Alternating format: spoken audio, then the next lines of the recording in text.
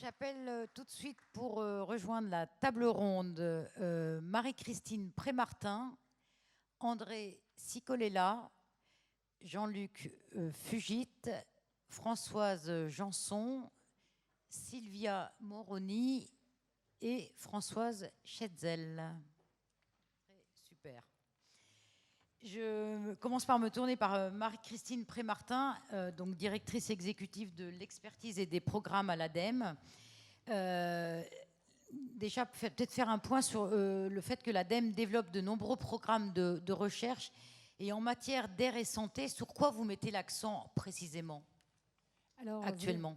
En effet, vous avez raison, l'ADEME travaille particulièrement pour produire de la connaissance, mais je pense que ça a été très intéressant là, ce début de session de l'après-midi pour montrer comment on passe à l'action. Puisqu'en fait, ça a été dit par Jean-Luc Fugit aussi ce matin, c'est l'idée que c'est comment on embarque.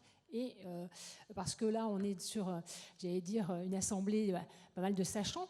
Mais donc la question, c'est comment on passe à l'action. Et donc l'ADEME, dans le travail qu'elle fait, à la fois c'est produire de la connaissance à travers des appels à projets de recherche ou d'expérimentation. C'est pas de la recherche fondamentale, c'est vraiment des choses pour aussi avancer, mieux connaître les sources de pollution. On l'a vu aussi, ça a été beaucoup évoqué sur les questions de pollution de l'air. L'ensemble des secteurs sont concernés, donc il y a vraiment à documenter ce sujet-là. Donc on a des appels à projets, à la fois donc plus de recherche avec des équipes scientifiques pour travailler sur justement les questions de comment on va caractériser les émissions des véhicules, ou les émissions agricoles, ou le travail aussi, et c'est les conséquences sur la santé. Donc on a un travail, on travaille en effet aussi en lien avec l'ANSES ou avec Santé publique France. Il a été indiqué, Jean-Luc Fugit a fait la pub tout à l'heure, que le 17 octobre, on va faire une journée de restitution aussi des projets de recherche, parce qu'il y a aussi faire savoir, donc suivre, évaluer et donner des résultats. C'est toujours la même chose. Donc on a aussi des projets dans lesquels on travaille avec les collectivités, à travers un projet qui s'appelle Programme ACTER, où on aide des collectivités à travailler à la fois sur les qualités de l'air extérieur, mais aussi intérieur. Ça a été évoqué aussi ce matin, parce que c'est un sujet extrêmement important. Donc on voit l'exemple de Strasbourg aussi, de ce qui a été fait. Voilà tous les sujets que l'on veut aborder. Et après, moi, ma préoccupation, c'est vraiment, après, c'est comment on fait savoir, comment on passe à l'action. Et donc l'ADEME aussi aide là du soutien technique ou financier, à la fois pour les collectivités. On a parlé des ZFE pour le compte du ministère, donc on travaille sur les zones à faible émission. On va consacrer 1,3 million pour aider les collectivités à travailler sur le sujet. Voilà, on travaille aussi sur l'appel à projet vélo, etc. C'est aussi, donc on a des connaissances, on y va, et comment on applique sur le terrain. Je pense que c'est vraiment ce sujet-là qui nous anime collectivement. Merci. André Cicolella, vous êtes président du réseau Environnement Santé, dont l'objectif est de mettre la santé environnementale au cœur des politiques. J'allais dire, quelles actions estimez-vous qu'il faudrait de façon urgente développer pour réduire les effets nocifs de la santé, de la pollution sur la santé, et quels sont finalement aujourd'hui vos plaidoyers prioritaires? Je crois qu'il faut faire partir du diagnostic de la situation sanitaire. Et ce diagnostic, il a été fait par l'Organisation mondiale de la santé. Ça fait l'objet déjà de 2 votes à l'Assemblée générale de l'ONU.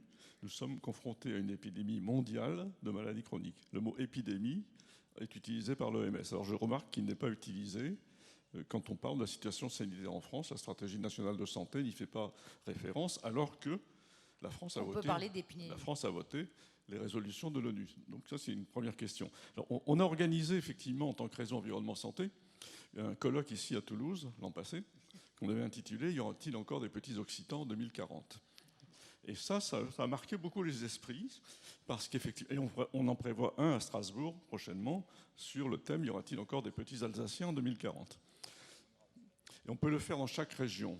Pourquoi? C'est parce qu'effectivement, on a une situation qui est extrêmement préoccupante, puisque un chiffre, hein, un homme de 30 ans, en 50 ans, a perdu 2 spermatozoïdes sur 3. Et au rythme actuel de diminution de la qualité du sperme, on arrive à 0 en 2040. Vous voyez? Et donc, la pollution de l'air est responsable. La question, c'est l'environnement. Alors, quel environnement? Comment les différents environnements?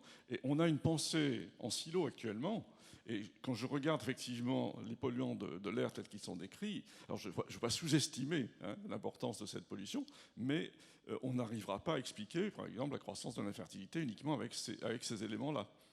On a une explication importante qui est celle des perturbateurs endocriniens. C'est pour ça qu'on a lancé la charte des villes et territoires sans perturbateurs endocriniens. Et la signature de Toulouse, notamment l'an passé, la signature de la Haute-Garonne, la signature de la région Occitanie, un petit peu la conséquence effectivement du colloque, mais c'est aussi la prise de conscience de la nécessité d'agir sur une cause majeure de toutes ces maladies chroniques. Et là, quand j'entends effectivement la discussion pollution extérieure, pollution intérieure, ben, il faut franchir le cap. Là. On ne peut pas continuer à raisonner de façon séparée. On a, alors, dans les éléments que l'on a sur la pollution de l'environnement intérieur, un des principaux polluants de la poussière domestique, ce sont les phtalates. Et là, on ne va pas analyser la question des phtalates en termes de PM2,5 ou de PM ultrafine. On a effectivement cette contamination, ce qui vient principalement, pas seulement, mais en partie, des sols en PVC. Voilà une source. Les sols en PVC, c'est 20 à 40% de phtalates. Ce phthalate, lorsque vous avez un rayon de soleil ou si vous chauffez par le sol, ce qui est la meilleure idée, évidemment, se volatilise et va se redéposer en poussière. Ce qui fait que les nourrissons ont un contact main-bouche qui en fait effectivement la cible importante de cette pollution. Comment on fait rentrer ces données-là, effectivement, dans la vision? Voilà, l'objectif de la loi sur l'air, on doit, chacun a ainsi droit à respirer un air qui est sain, effectivement. Là, il faut se poser la question par rapport à l'environnement intérieur. Vous voyez? Donc cette question-là, il faut avoir une vision globale de l'environnement, et je pense qu'il faut en tirer les conséquences aussi en termes de changement institutionnel. Alors, au niveau individuel, on voit bien il y a des responsabilités. Au niveau des collectivités locales, il y a des plans aussi à mettre en place. Mais il faut aussi se donner les moyens au niveau national et au niveau régional pour avoir les outils pour mener ces politiques. Et on voit bien ce qui apparaît pour moi très clairement. Il nous manque dans le dispositif de sécurité sanitaire un institut de veille environnementale qui permettent effectivement de comprendre comment tous ces environnements interagissent entre eux, de boucher les trous. On a une raquette, mais avec beaucoup de trous actuellement. On le voit sur des affaires, quand j'ai participé au comité de suivi de l'affaire des bébés sans bras, on est incapable d'expliquer un problème comme celui-là. L'affaire des clusters de cancer pédiatrique en Loire-Atlantique, on est incapable, parce qu'on n'a pas les outils, alors qu'on pourrait constituer ces outils. Moi je propose notamment, j'ai proposé, mais ça n'a pas été retenu, que chaque naissance, on garde des prélèvements biologiques, notamment le méconium, qui donne une indication de la contamination pendant l'ensemble de la grossesse. Des affaires comme les bébés sans bras seraient certainement élucidées, non pas seulement par rapport à cette affaire, mais de façon générale. Donc on a besoin effectivement de construire des outils qui permettent de mieux comprendre le lien entre santé et environnement, qui est d'une grande complexité. L'élément aussi majeur qu'apporte le changement scientifique majeur des perturbateurs endocriniens, c'est que ça bouleverse totalement les règles de la toxicologie. Et d'une certaine façon, la vision que l'on a de la pollution de l'air repose sur un concept un peu ancien, une relation dose-effet linéaire. Dans ce cas précis, c'est l'inverse. C'est effectivement une courbe en cloche, des effets plus forts à faible dose qu'à forte dose, l'effet cocktail. Voilà. Et surtout, la période qui fait le poison, c'est l'exposition pendant la grossesse, et notamment au début de la grossesse, qui est déterminant sur la santé de l'enfant, du futur adulte, et même sur les descendants.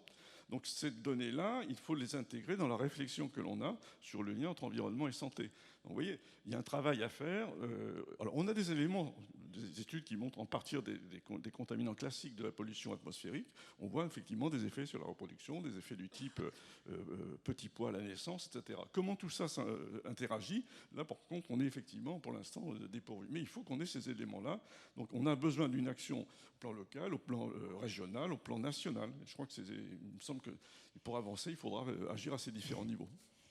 Jean-Luc Fugit, vous êtes membre ou président, je ne sais pas, de la commission glyphosate. Est-ce que la politique gouvernementale sur les pesticides, parce que c'est autre sujet chaud, vous semble-t-elle à la hauteur? Et justement, est-ce qu'il ne faut pas instituer une surveillance vraiment continue sur le sujet? Bon, on va parler du glyphosate. Juste avant, dire à André, mais aussi à tout le monde, mais André, je pense le sait, il y a une mission parlementaire en ce moment sur les perturbateurs endocriniens, dont Lauriane Rossi est co-rapporteur. Et on travaille sur la question des phtalates. Donc j'ai moi-même travaillé sur les phtalates, et je confirme ce que vous dites. Malheureusement, sur les phtalates, je dis au passage, il y a quand même un véritable souci. Et notamment dans les emballages aussi, dans les interactions entre les produits emballés et les emballages, il faut il faut parfois respecter les dates de péremption des produits, ne serait-ce que pour cette question-là, au-delà même des qualités organoleptiques qui peuvent se dégrader pour les aliments. Pour en venir à la mission glyphosate, on est sincèrement, mais là il faut parler, faut parler franchement et en même temps se parler franchement, quitte à ne pas être d'accord, parce que c'est l'objet de la discussion justement. On est face à un sujet qui n'est pas simple. Il faut être honnête.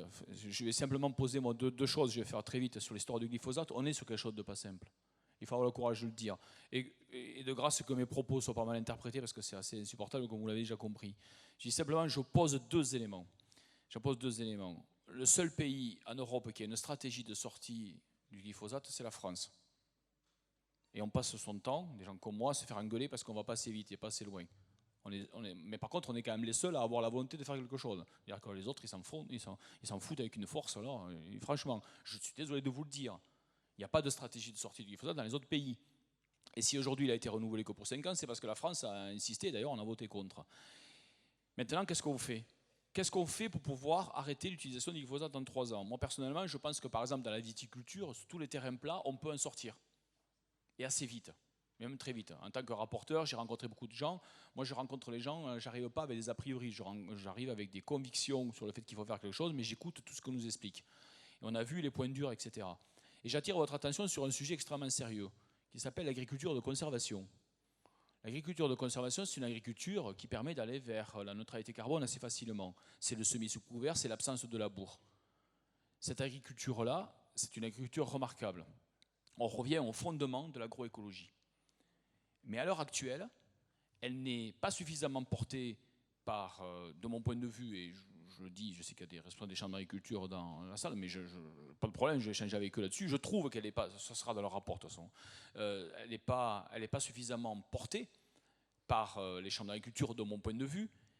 Et en même temps, cette agriculture de conservation qui est excellente pour réduire vos consommations de gasoil. En gros, un hectare de céréales, vous passez de 90 litres à 30 litres de gasoil. Donc du coup, moins de CO2, moins de pollution. Vous allez réduire vos intrants, etc. Le seul truc que vous ne pourrez pas réduire à ce stade, dans une bonne partie de l'agriculture de conservation, c'est qu'à un moment donné, dans l'interculture, ils utilisent un peu de glyphosate. Alors qu'est-ce qu'on fait ? Moi, je n'ai pas la réponse. S'il y en a un qui a la réponse, tant mieux.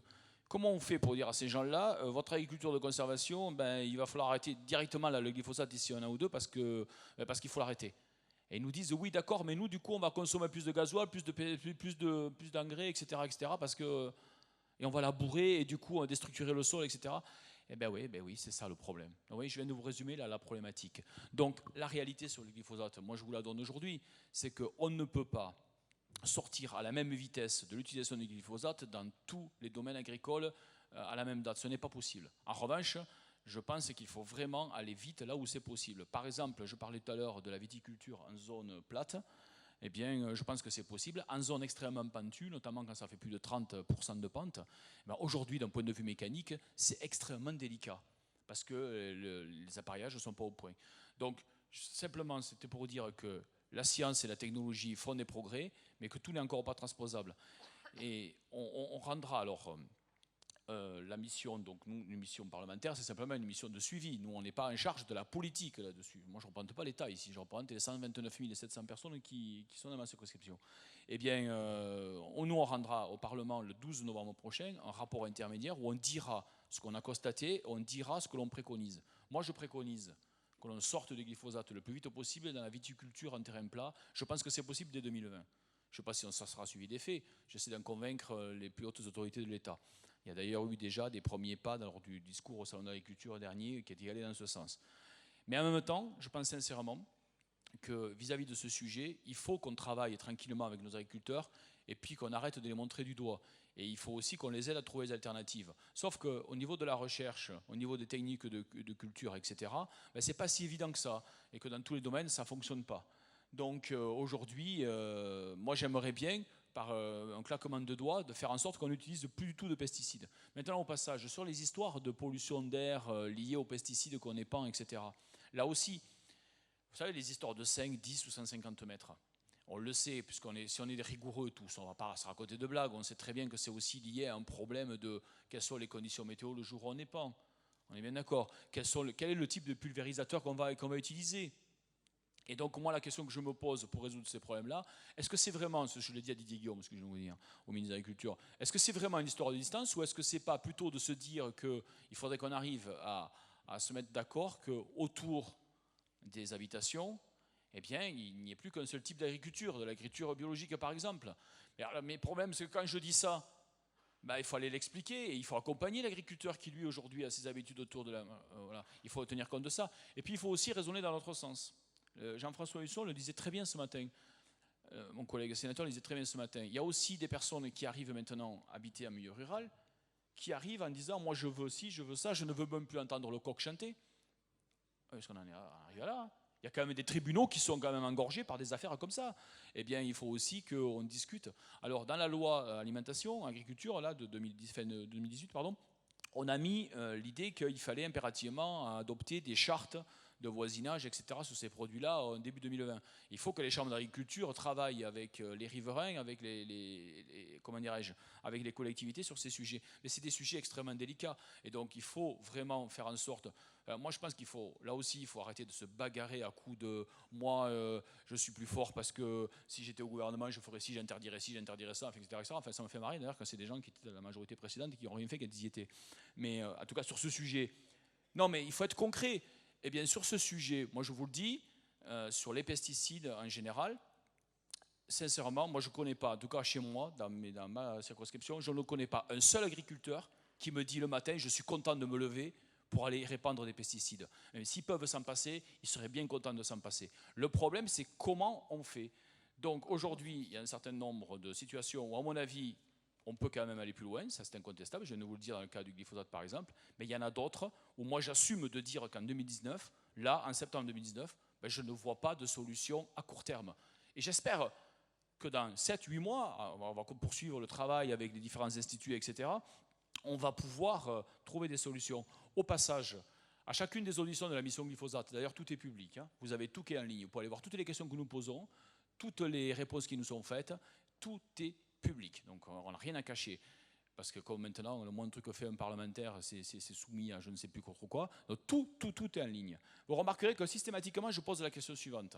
Quid de l'enseignement ? Moi, je pense, je le dis au passage, parce que c'est un sujet qui me tient à cœur, je pense qu'il faut faire évoluer ce qui est enseigné dans les lycées agricoles.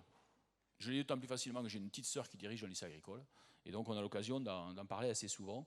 Il faut faire évoluer l'enseignement, notamment autour de ce que je reviens au début, ce que je disais sur l'agroécologie. Je pense qu'il y a des fondements de l'agroécologie auxquels il faut avoir le courage de revenir et de réfléchir un tout petit peu au bouleversement systématique du labour. Le labour, c'est un fils de paysan qui vous parle, hein. Le labour, c'est quand même un bouleversement, qu'on le veuille ou non, du sol. Et donc, il faut aller faut réfléchir en termes d'agriculture, de conservation, etc. et se poser à ce moment-là la question de l'ensemble des intrants. Mais je crois qu'il ne faut pas montrer du doigt tel ou tel agriculteur, il faut sincèrement plutôt les accompagner parce que eux, franchement, ils veulent eux aussi, et d'ailleurs pour eux en premier, faire en sorte d'utiliser des produits qui sont moins impactants pour leur santé. Donc ça, il va falloir qu'on continue à jouer tous ensemble et d'essayer d'arrêter parfois de les montrer du doigt. Mais que ce soit le glyphosate ou d'autres produits, parce que le glyphosate c'est un totem, mais il n'y a pas que le glyphosate, c'est vraiment toute la démarche agricole qu'il faut faire évoluer. Cette fameuse transition, si là aussi il faut réussir à les embarquer. Alors, il faut y aller pas à pas, mais c'est vrai que le glyphosate fait partie de ces premiers pas. Mais encore une fois, soyons de temps en temps assez fiers aussi d'être français parce que nous sommes quand même les seuls qui avons le courage de nous y attaquer. Que vous le vouliez ou non, regardez les autres pays. En Europe, ils ne font strictement rien sur ce sujet. Désolé de le dire. Une chose est sûre, c'est qu'on ne fera pas et qu'on fera avec les acteurs professionnels. Et j'allais dire aussi avec les citoyens. Sylvia, Moroni, comment ont été reçus justement par les citoyens l'instauration, la création de ce péage urbain, de cette zone à faible émission où les véhicules polluants ont été évacués? Comment ça a été reçu au départ? Dans la cité de Milan, Sorry, I speak English. In the city of Je suis Milano, désolé, je vais the reparler first, anglais. larger measure Dans la on ville mobility was de a Milan, la congestion charge, as I première told you, in mesure, ça a été ce 2012. péage urbain en And 2012. it was the results C'était of le a process résultat that started from citizens d'un by a projet public qui est venu consultation. des It is citoyens. a C'est le referendum résultat d'une consultation that, publique, d'un référendum stated that qui 79% of people that disait, are qui nous a voting dit que wanted to live in 79% des votants more livable cities, voulaient habiter wanted to dans have a une city ville center plus free, vivable, avec un with less centre-ville congestion and with moins more livable embouteillé conditions, et avec des more conditions best plus life favorables quality. et une meilleure So qualité de vie. Administration L'administration congestion charge in the city a center. donc décidé But ce péage urbain au goals of centre-ville. the referendum was also to enlarge in Et the le but du future. And the référendum était present aussi low emission zone that de voir un started petit this peu year ce qu'on ferait is the pour results l'avenir of avec des this zones process. à émissions So the basses. measure was c'est accepted by the population at the beginning because Cette mesure a un petit peu irrité la population au début. of the citizen. And so the low emission zone is also Et part of la the zone à basse sustainable émission mobility urban plan. Elle fait partie du plan Have d'urbanisation a public consultation process in the soutenable, framework of the avec un sustainable processus de consultation, strategic assessment of encore une fois, avec une plan, évaluation So there will be de has ces been mesures. Il y a organized some On a meetings with the organisé citizens des and réunions the avec public les authorities, citoyens so et les deputy autorités measure publiques. for environment mobility, On a présenté les meet, mesures de the mobilité citizens, urbaine in tables in the several les citoyens, municipalities and diverses ask for municipalités. problems, issues and try to solve On a in un petit peu organizing énoncé quels étaient several les steps of the problèmes. measure. On a trouvé The un petit emission peu zone, comment for example, régler ces problèmes. The city of Milano is a Pour progressive Milan, measure, la so zone à the émissions vehicles réduites are est une banned, mesure progressive. in the next future year up to 2030. Et on va bannir certains Depending on véhicules the Euro jusqu'en 2030. limit value of the Ça dépendra exhaust des emissions. valeurs Looking at PM10 des émissions and NO2 emissions. à l'échappement des And voitures. so citizens accepted because Et they bien sûr, les understood citoyens that, ont accepté parce qu'ils ont compris improvement for air quality que ça allait of the améliorer livable in the city. leur qualité de vie dans la ville. Je voulais en profiter, rebondir, parce que ce qui est très intéressant sur l'acceptabilité des mesures. Donc à l'ADEME, on a un baromètre environnemental que l'on fait depuis assez longtemps. Donc la question de la qualité de l'air vient dans les préoccupations majeures des Français, différents entre les urbains et les ruraux, mais d'une manière très forte. Et ce qui est intéressant, c'est qu'en 2018, la question, parce qu'il y a évidemment des mesures qui sont plus ou moins populaires, et la question notamment de la circulation avec des vignettes critères, en 2018, elle est devenue majoritaire en termes d'acceptation. Alors, c'est-à-dire que c'est sur un panel, mais c'est intéressant, ça montre qu'il y a une progression justement par rapport à ce qui était dit sur les enjeux, les gens de se rendre bien compte en termes de santé. Donc ça, c'est un sujet extrêmement intéressant, et donc le baromètre montre bien qu'il y a une progression dans l'acceptation. Voilà. Mais dans les actions que l'on mène, il y a vraiment tout un travail sur l'impact, et c'est tout le travail qui doit être fait dans les ZFE, économique et social, parce que ça ne peut pas se faire sans évidemment l'adhésion d'une bonne partie de la population, sinon ça ne marche pas. Mais même de toute la population. Françoise Janson, vous êtes déléguée à la santé et à la Silver Economy, si je ne me trompe pas, au Conseil régional de Nouvelle-Aquitaine et présidente de la commission santé à l'Association des régions de France. La loi NOTRe, on le sait, a conféré un rôle de chef de file à la région, notamment sur la qualité de l'air, le climat aussi et l'énergie. Donc, à ce titre, la région organise l'action commune de l'ensemble des collectivités territoriales. Comment vous, en Nouvelle-Aquitaine, vous déclinez cette nouvelle responsabilité concrètement? Concrètement, sur 6 millions d'habitants, 12 départements, excusez-moi, une région essentiellement agricole, mais aussi avec des grandes métropoles, on a plusieurs outils. Alors, je vais prendre quelques minutes pour développer. Il y en a un qui a un nom absolument affreux qui s'appelle le SRADET, le schéma régional d'aménagement et de développement et d'égalité des territoires. Je pense que c'est ça qui est le schéma que doivent faire les régions sur l'aménagement du territoire. Ça, c'est un excellent outil. C'est un excellent outil, pourquoi? D'abord parce que c'est les premières fois que les régions ont un pouvoir réglementaire. L'autre chose quand même, c'est que les régions, elles sont au quotidien comme les autres collectivités territoriales qui ont pu parler, en face à face avec les usagers. Donc ça veut dire que ce pouvoir réglementaire, effectivement, on peut l'utiliser, mais à condition de le travailler avec l'ensemble des acteurs, et en particulier des autres collectivités territoriales. Alors on s'en est saisi pour donner un exemple, parce que dans ce SRADET, qui est un document sur lequel, voilà, qui doit faire à peu près cette hauteur-là, il y a un certain nombre d'objectifs. Il y en a 10 sur la qualité de l'air, mais surtout il y a des règles. Et ces règles, elles s'imposent dans les règlements locaux d'urbanisme et dans les SCOT. Sur 41 règles, j'ai compté tout à l'heure en venant dans le train, il y en a 20 qui concernent la qualité de l'air. Et comment? Parce qu'on utilise nos compétences sur les transports. Donc il y en a beaucoup qui utilisent l'intermodalité.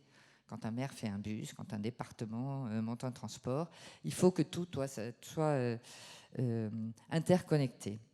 La préférence routière sur la route, comment est-ce qu'on garde des fils spécifiques pour les transports collectifs?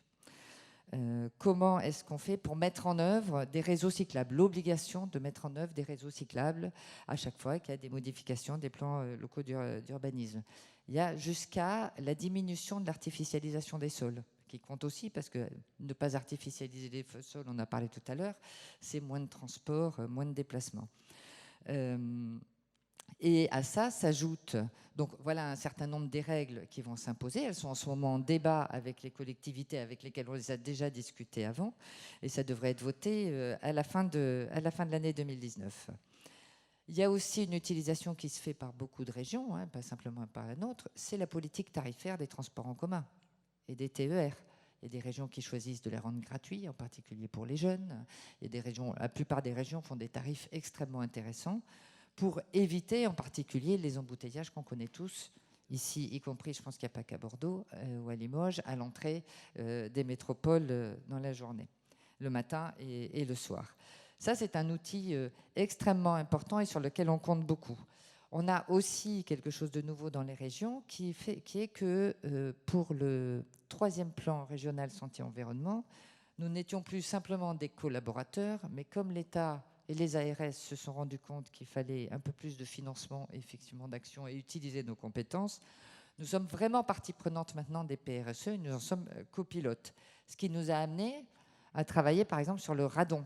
Alors peut-être qu'en Occitanie, le radon, ça ne dit pas grand-chose, mais tous ceux qui habitent dans le centre de la France ou en Bretagne, ils sauront qu'en termes de qualité de l'air intérieur, c'est très important. Et 3e sujet, c'est les politiques recherche des régions. Au travers des politiques recherche, pour vous donner l'exemple de la Nouvelle-Aquitaine, depuis une dizaine d'années a été lancé tout un travail avec 450 chercheurs sur l'évolution de la Nouvelle-Aquitaine dans le cadre du réchauffement climatique, l'impact sur la région et l'impact sur la biodiversité. Et ce qui nous a permis de faire en juin une plénière entière dans laquelle nous avons décliné, après l'avoir travaillé avec tous les acteurs du territoire, toutes les actions que nous allons faire au travers de toutes les politiques. On parlait quelqu'un appelait de ses voeux la transversalité, je crois que c'est ça.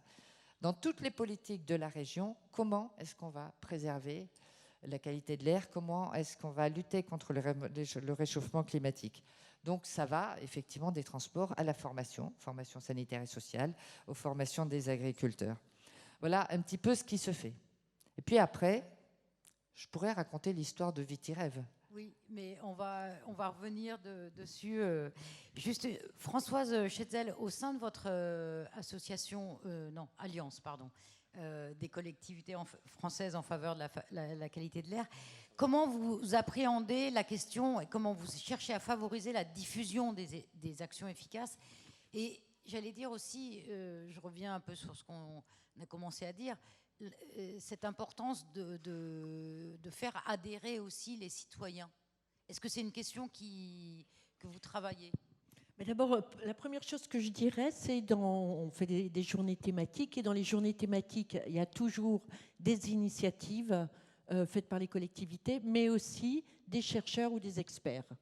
Parce que je pense qu'une des questions, c'est effectivement, nous, on n'est pas des gens de la recherche ni de l'expertise, on est des gens de l'action et des décisions.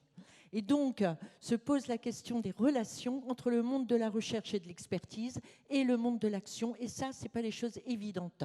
Alors, je ne sais pas si je répondrai directement à vos questions, mais dans les discussions qu'on peut avoir, pourquoi on a besoin des gens, et pourquoi les collectivités ont besoin de l'expertise et de la recherche? On l'a dit plusieurs fois, c'est déjà pour, j'allais dire simplement, avec les données, les mesures, les modèles, qu'on puisse faire des choix. Mais ça va bien plus loin que ça. Il y a aussi le fait qu'on puisse anticiper et qu'on puisse prendre en compte notamment tous ces problèmes émergents ou dont on ne connaît pas grand-chose, qui amènent à prendre des décisions, quelquefois sur le principe de précaution. Et puis, il y a bien évidemment d'autres choses, je ne vais pas trop développer, mais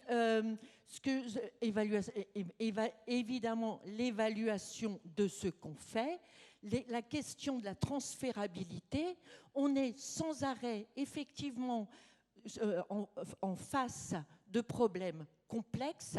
Et nous, on attend des chercheurs et de l'expertise que ces problèmes complexes, ces questions complexes que l'on se pose, ils puissent les exprimer, les transformer, quand c'est possible, en objet de recherche. Et ça, je pense... Et puis, la dernière chose, et je pense à votre question sur la mobilisation des citoyens, entre l'expertise, la recherche et la décision, il faut de la médiation. Il faut des lieux intermédiaires de médiation qui puissent effectivement faire en sorte que les élus puissent se mobiliser et que les citoyens puissent se mobiliser. Il y a là des questions de langage, mais ça va bien plus loin. C'est aussi des questions de culture scientifique, de transmission des connaissances. Oui. Et là, évidemment, c'est pas parce qu'on nous présente des super schémas et qu'on présente un discours à des citoyens qu'on va se mobiliser. Et je pense que ces lieux intermédiaires de médiation sont insuffisants quand on en discute entre nous.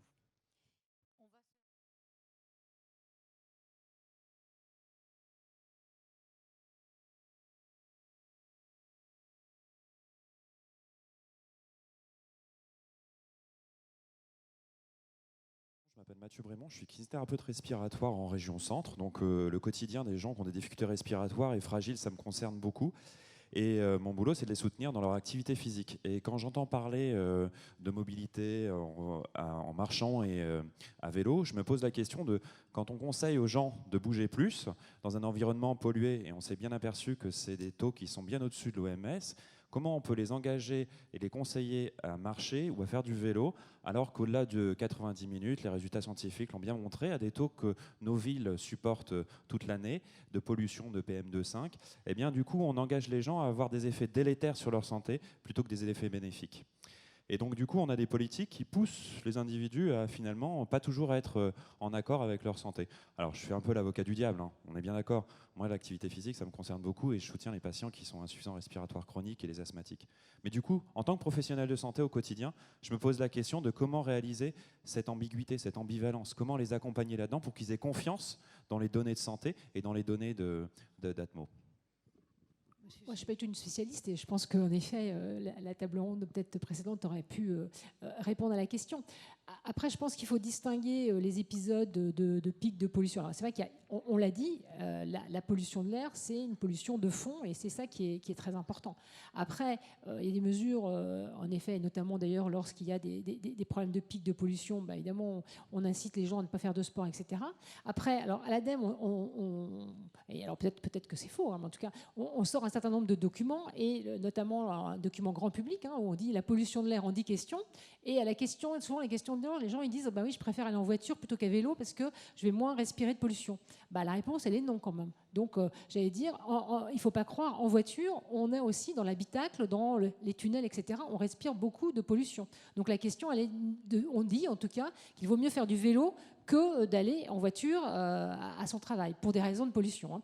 Donc, je pense que, voilà, il faut pas... Enfin, je pense que ça serait dommage de dire aux gens, bah, puisqu'il y a une pollution chronique, du coup, il faut se confiner, d'autant qu'on l'a dit également, il y a des enjeux en qualité de l'air intérieur très importants, que ce soit dans les équipements publics, et donc on est un soutien que l'on fait, il y a je disais tout à l'heure, il y a des appels à projets et d'expérimentation actère pour regarder les questions également essayer de savoir, d'avoir plus d'éléments sur qu'est-ce qui se passe dans les équipements de petite enfance ou des éléments sociaux, et aussi avoir des mesures correctives.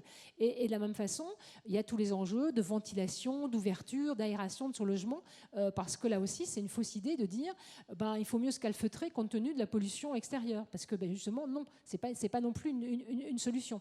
Donc, je pense qu'il y a des gens qui sont mieux qualifiés là-dessus, mais en tout cas, c'est les premières réponses que je peux donner.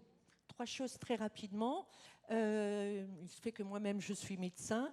Et la question que vous évoquez, je dirais 3 choses. La première, c'est que j'ai cru voir, sous contrôle des experts ici, qu'il y a eu des études sur le fait qu'il vaut mieux faire du vélo, même quand c'est pollué, que de ne pas faire de vélo. La deuxième chose que je dirais, c'est que la question que vous posez, ça pose aussi la question de la légitimité, d'où vient l'expertise et d'où vient la décision.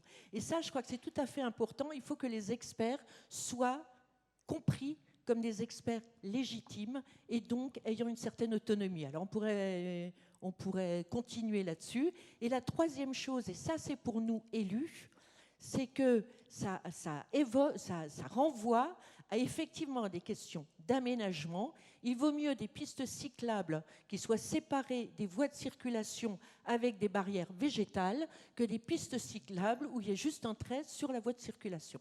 Donc voilà ce que j'avais envie de continuer comme type de débat. Une autre question ? Bonjour, Dr Schaeffer, Association pour la santé de tous et Comité de défense de l'hôpital à la santé d'Albi. J'ai plusieurs questions. D'abord pour M. Fugit, à propos de la mobilité. Je ne crois pas avoir entendu parler de ferroutage, et on en a parlé récemment à propos de la fermeture de la ligne Rungis-Perpignan pour les primeurs. Par ailleurs, il a parlé de la biogaz qui serait maintenue dans les moteurs thermiques. Et il y a eu quand même la raffinerie Total en Méditerranée, là, dont on a parlé, qui a posé problème. Et puis en plus récemment, la déforestation. Bon, j'insiste pas. Et dernier point pour M. Fugit, le tournant écologique va-t-il aller, du gouvernement actuel, va-t-il aller jusqu'à reparler de l'écotaxe ? Ensuite, j'ai une question pour M. Ojoula, mais je ne sais pas s'il est resté, à propos du métro de Toulouse. Il y a quelques années, il y a peut-être 10 ans, j'étais intervenu pour dire que c'était un parcours du combattant pour tous les provinciaux, et on est autant que les Toulousains, dans la région Midi-Pyrénées. Quand on veut prendre l'avion, c'était le parcours du combattant. Et on continue à nous maintenir le parcours du combattant, puisque la ligne de métro qui va être prolongée n'arrivera pas directement à Blagnac. C'est vraiment scandaleux. Enfin, j'ai entendu ce matin, dernière question, j'ai entendu ce matin 40 000 décès prématurés, et j'avais aussi entendu 70 000 il n'y a pas longtemps. J'aurais voulu quand même que Mathilde Pascal nous explique comment on peut passer de 40 000 à 70 000 en peu d'années. C'est quand même un peu curieux. Je vous demande de répondre. Alors, on ne va pas se lancer dans un débat sur l'écotaxe, parce que là, sinon, on n'est pas sorti. De répondre rapidement l'un et l'autre. Donc, Jean-Luc. Ne soyez pas inquiets, que je prends la parole. Donc, je reviens sur ce qu'a dit le monsieur tout à l'heure en 30 secondes. Mais bon, après tout, je prends le temps aussi.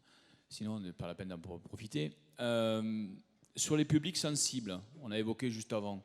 Sur les publics sensibles, on l'a inscrit dans la loi mobilité. J'ai oublié de le dire tout à l'heure, j'ai pas eu le temps. Donc, il y a une volonté de renforcer les plans d'action vis-à-vis des publics sensibles. Les publics sensibles à la pollution, ce ne sont pas que les enfants, même si les enfants en font partie, c'est aussi les personnes d'un certain âge, c'est aussi tous les asthmatiques, etc. Et donc, il y a des actions, notamment par rapport aux établissements. À titre personnel, je pense qu'on ne devrait... Il y a certains permis de construire et qu'il faudrait arrêter de délivrer. Voilà. Il y a des études qui montrent qu'il y a des endroits, construire une école ou construire un EHPAD ou un hôpital, je pense que c'est une limite, c'est limite une faute professionnelle. Donc, délivrer le permis de construire, c'est vraiment scandaleux dans ce cas-là. Par rapport à la SNCF ou par rapport à l'écotaxe, alors il ne vous aura pas échappé que je ne suis pas membre du gouvernement, et il ne vous aura pas échappé qu'il y a eu une loi de réforme donc, de la SNCF l'année dernière, dont on peut considérer qu'elle est bien, pas bien, etc. N'empêche qu'elle elle a eu lieu.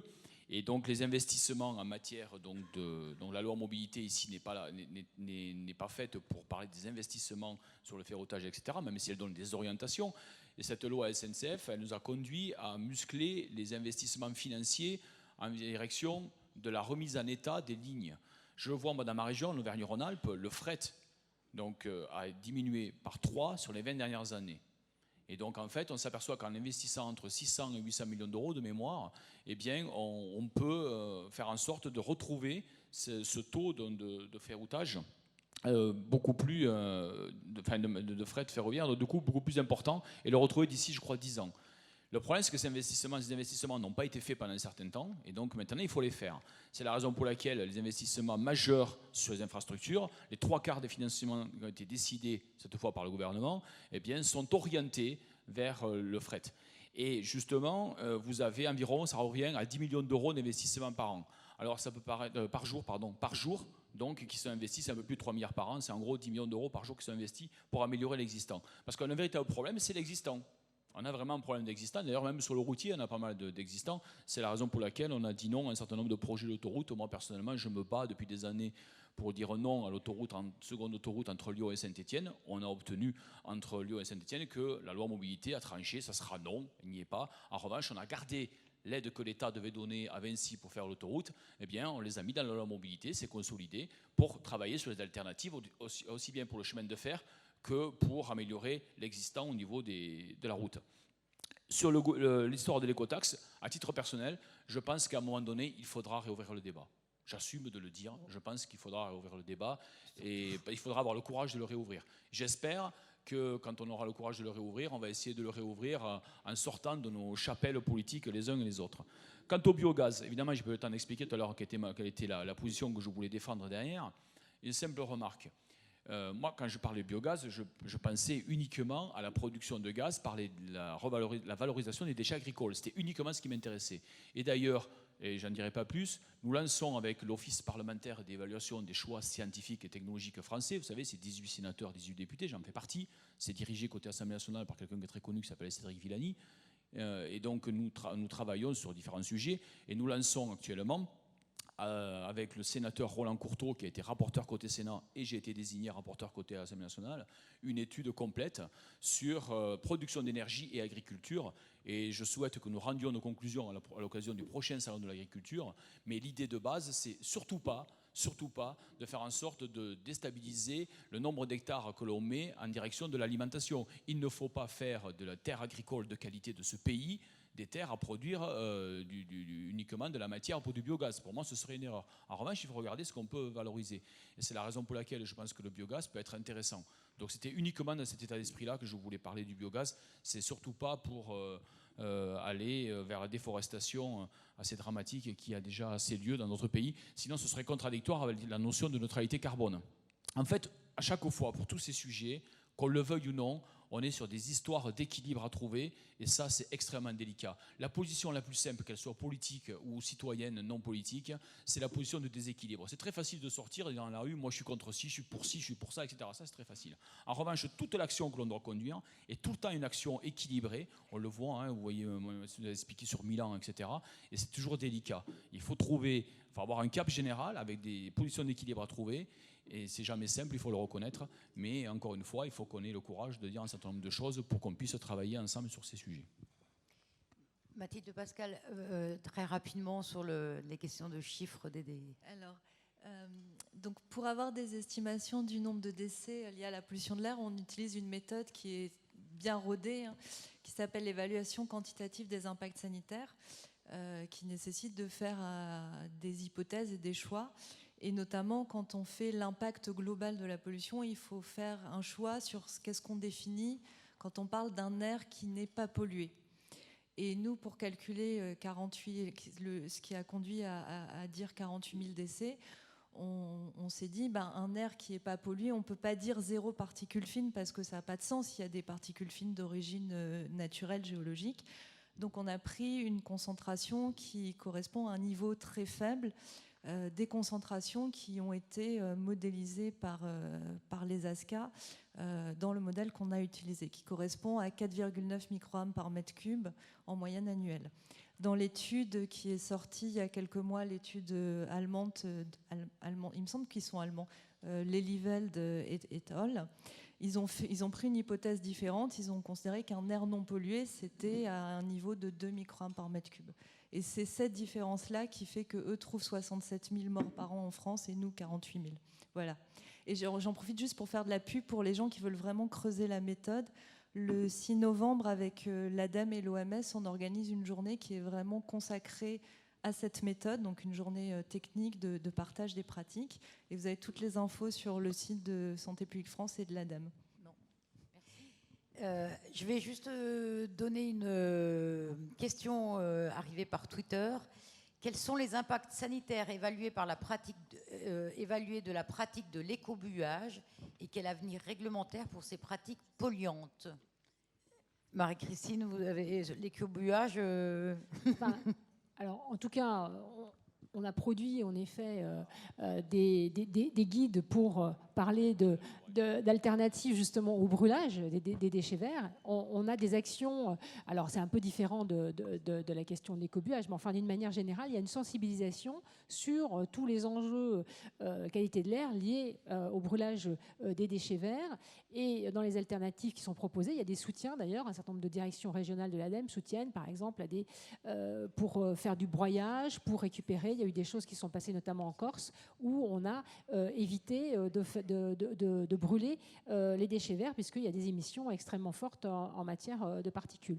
Et j'en profite, tout à l'heure Jean-Luc Fugit parlait alors là il parlait sur le glyphosate, mais au-delà de ça, concernant les pratiques agricoles, on sort, normalement je crois que c'est demain, mais en tout cas déjà j'avais le document, le guide des bonnes pratiques agricoles, donc dont l'idée c'est de diffuser à travers toute l'animation que peuvent faire les relais agricoles, notamment les chambres agricoles. Et il y a des fiches très pratiques sur comment éviter, limiter l'émission d'ammoniac, comment on peut travailler. Mais donc c'est des fiches qui concernent l'alimentation des bovins, des porcins, comment on évite les émissions. Et c'est extrêmement pratique parce que l'idée c'est, comme ça a été dit, c'est de partir aussi des pratiques pour voir qu'est-ce qu'on peut changer et aussi d'y intégrer combien ça coûte et quels sont les gains économiques que l'on peut avoir. Voilà donc le type de choses concrètes pour essayer de réduire la pollution atmosphérique. Merci, madame. Une dernière question. Bonjour. Vous m'entendez, oui. Catherine Stolowski, je suis une simple Toulousaine. J'avais une question à poser. Je trouve que le silence est assourdissant ici. Concernant les villes aéroportuaires et la pollution engendrée par le trafic aérien dans les villes en question. Toulouse en fait partie. Je peux dire que j'habite à côté de l'hôpital Purpan, j'en suis mitoyenne. Nous avons maintenant des avions qui passent en continu quand ça décolle vers Toulouse, au-dessus y compris de l'hôpital. Je ne parle pas du reste de la ville. Bien évidemment, c'est aussi le cas. On continue à construire sous les couloirs aériens. Par ailleurs, nous n'avons pas de mesures de bruit indépendantes de l'aéroport. Il y a donc une double problématique, celle du bruit et de la pollution atmosphérique dans les villes aéroportuaires. Et je suis absolument consternée qu'ici, à Toulouse, on n'en parle pas. Oui, bonjour, Dominique Tillac, directrice générale d'Atmo Occitanie. Donc simplement, moi, je vous inviterai à regarder les rapports qui sont en ligne sur notre site internet, puisque nous avons fait un travail d'inventaire détaillé et de mesures sur l'aéroport de Toulouse. Donc tous les résultats sont publics et en ligne concernant la pollution aérienne à proximité de l'aéroport de Toulouse. Voilà. Après, concernant l'urbanisation, je ne me permettrai pas de répondre. Juste 20 secondes pour dire que dans le cadre de la loi d'orientation des mobilités, on a mis est affichée la volonté de s'attaquer à ce problème-là, avec notamment une évaluation, alors je ne sais plus exactement les termes objectivement, mais il y a une évaluation qui est inscrite dans la loi, qui doit être mise en place, et simplement pour avoir auditionné un certain nombre d'acteurs, même si je ne suis pas du tout spécialiste du sujet, donc des aéroports parisiens.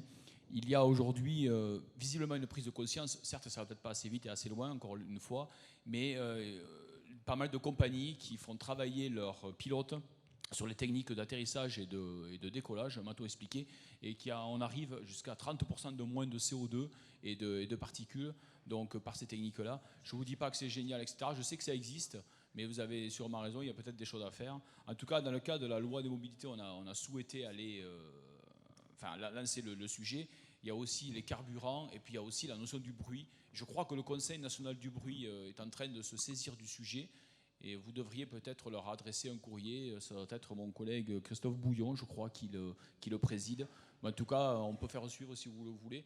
Je suis à peu près sûr que le Conseil national du bruit a lancé des choses, mais alors quoi exactement? Comme je n'en suis pas membre, je ne suis pas certain de la teneur. Je vais donner, mais vraiment 2 minutes et demie, la parole à Françoise Janson avant qu'on entame notre 3e session, juste parce que je pense que cette expérience, effectivement, cette action Vitirêve avec les viticulteurs en Nouvelle-Aquitaine, les enseignements peuvent être intéressants. Donc, en quoi ça consiste? Mais vraiment, 2 minutes et demie. 2 minutes pour raconter une très belle histoire de pesticides. C'est quand même pas tous les jours que vous allez l'entendre.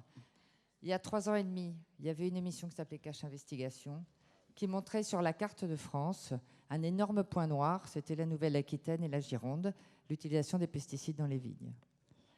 Ce que je veux vous raconter, c'est comment on est arrivé aujourd'hui, à partir de là, à un projet qui vient d'être labellisé Territoire d'innovation grande ambition avec 74 millions d'euros.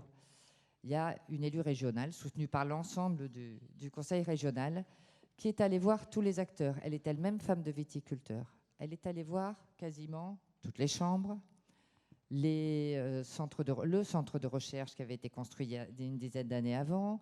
Elle est allée voir les viticulteurs eux-mêmes. Elle est allée voir les collectivités territoriales, les associations d'habitants. Elle est allée voir tout le monde.